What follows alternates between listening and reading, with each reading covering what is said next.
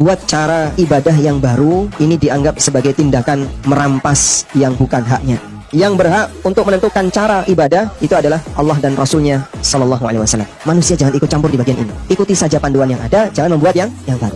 Apalagi Allah telah memberikan jaminan dalam Al-Quran, Al-yawma akmaltu lakum dinakum. Pada hari ini telah aku sempurnakan agama kalian. Wa atmamtu alaikum ni'mati. Dan aku sempurnakan untuk kalian nikmatku. Dan sesuatu yang sempurna kalau ditambahi makin sempurna atau makin rusak? Rusak. Bapak punya 2 mata, sempurna nggak Pak? Sempurna. Ditambahi 1 mau nggak Pak? Sehingga seorang manusia ketika dia diberi oleh Allah Ta'ala aneka kelengkapan fisik disebut sempurna. Itu kesempurnaan ciptaan. Allah menurunkan syariat dan syariat itu sempurna. Nambahi yang sempurna sama dengan merusak. Karena itulah nambahi ibadah termasuk diantara bentuk merampas yang bukan haknya. Kamu tidak punya wewenang di sini. Dalam urusan ibadah, ikuti saja panduan yang ada, jangan membuat hal yang baru. Pak Ustadz Ammi Nurbais, kalau kurang ngopi, jangan kebanyakan cakap lah ente. Assalamualaikum warahmatullahi wabarakatuh. Alhamdulillahirabbil alamin wassalatu wassalamu ala sayidina Muhammadin asyrafil mursalin wa ala alihi wa sahbihi ajmain, amma ba'du. Kaum muslimin dan sahabat-sahabat Aswaja dimanapun berada, semoga Allah subhanahu wa ta'ala senantiasa memberikan rahmatnya, taufiknya, hidayahnya, maufirahnya, memberikan kelancaran rezeki dan kesehatan pada kita semua. Amin, Allahumma amin.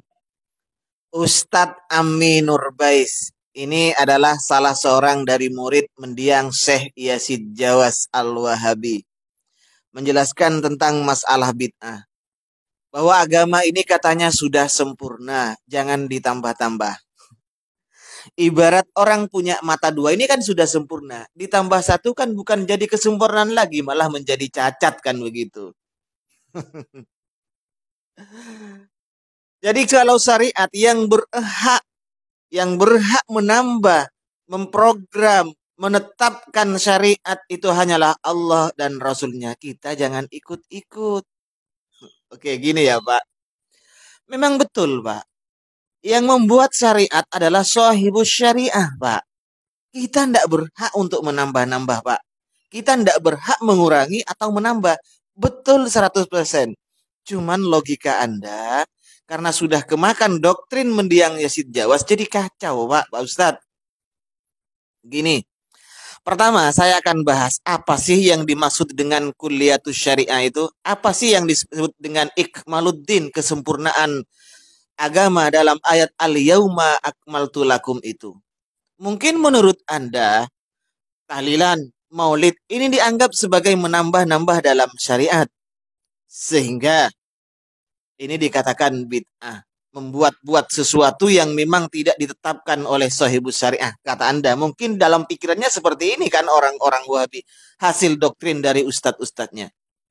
Gini loh ya Pak, memang betul, ayatnya betul 100%, al-yauma akmaltu lakum, hari ini telah kusempurnakan agama kalian ini. Untuk kalian agama ini, agama Islam ini. Artinya sudah sempurna. Lalu apakah Pak yang dimaksud dengan ikmaluddin di sini? Menyempurnakan agama di sini.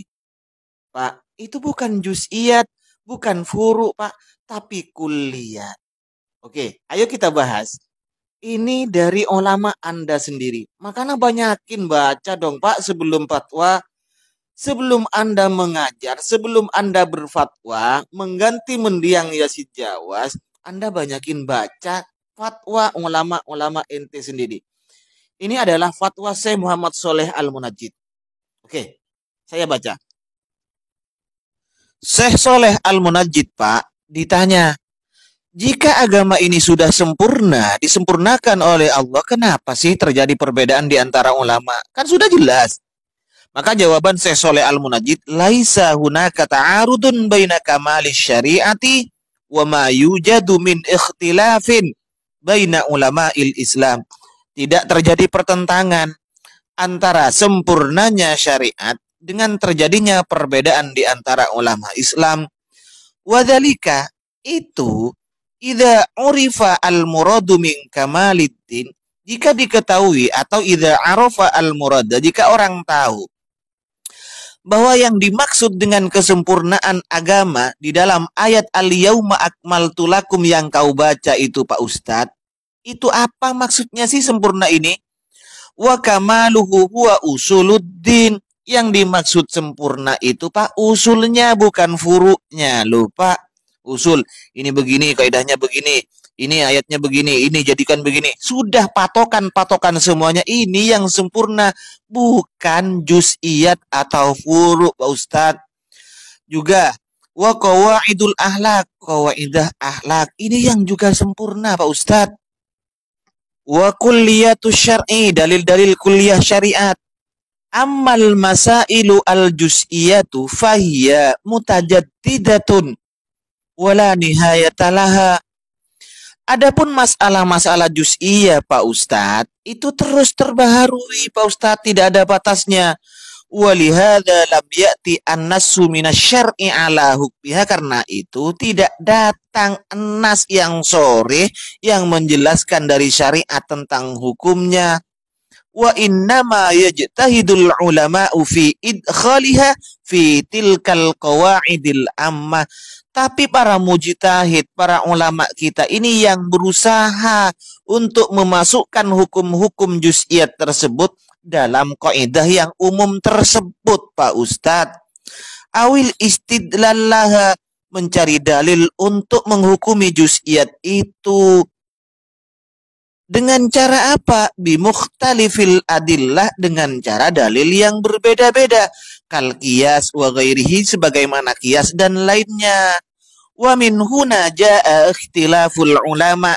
Nah, karena arah inilah Pak Ustadz, maka ulama terjadi perbedaan. Makanya Pak ulama ini terjadi perbedaan. Misalnya kunut yang sering dibid'ahkan oleh kelompok ente. Ada yang mengatakan kunut ini sunnah, ada yang mengatakan tidak. Termasuk maulid Nabi, juga termasuk tahlilan, zikir keras. Ini memang terjadi perbedaan ulama Pak Ustadz. Ya.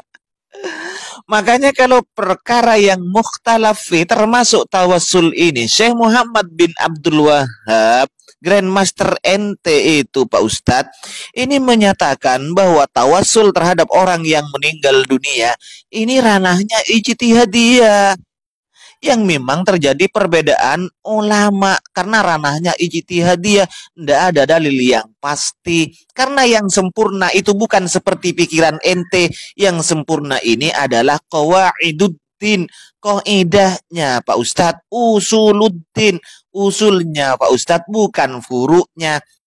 Ngerti ente Pak? Jadi yang dimaksud kesempurnaan agama di sini menurut penjelasan ulama ente sendiri itu adalah kaidahnya Pak, kuliatnya, qawaidul ahlaknya Pak, bukan juz'iyat Pak. Makanya terjadi perbedaan ulama. Karena memang dasarnya kesempurnaan agama ini yang juz'iyatnya itu diwakilkan terhadap para pemikiran para mujtahid. Ini gitu loh Pak. Makanya terjadi perbedaan ulama dalam memahami nas yang masih dhonni. Karena dalil yang bisa dijadikan dalil ini ada dua kan, dikelompokkan jadi dua. Ada dalilnya yang memang qat'i, dalil yang sudah jelas. Ini terjadi sepakat ulama, disebut ijma ulama.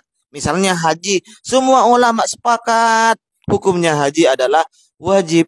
Ada dalilnya dhonni Pak, misalnya umroh, ada yang mengatakan wajib, ada yang mengatakan fardu, ada yang mengatakan itu sunnah Pak.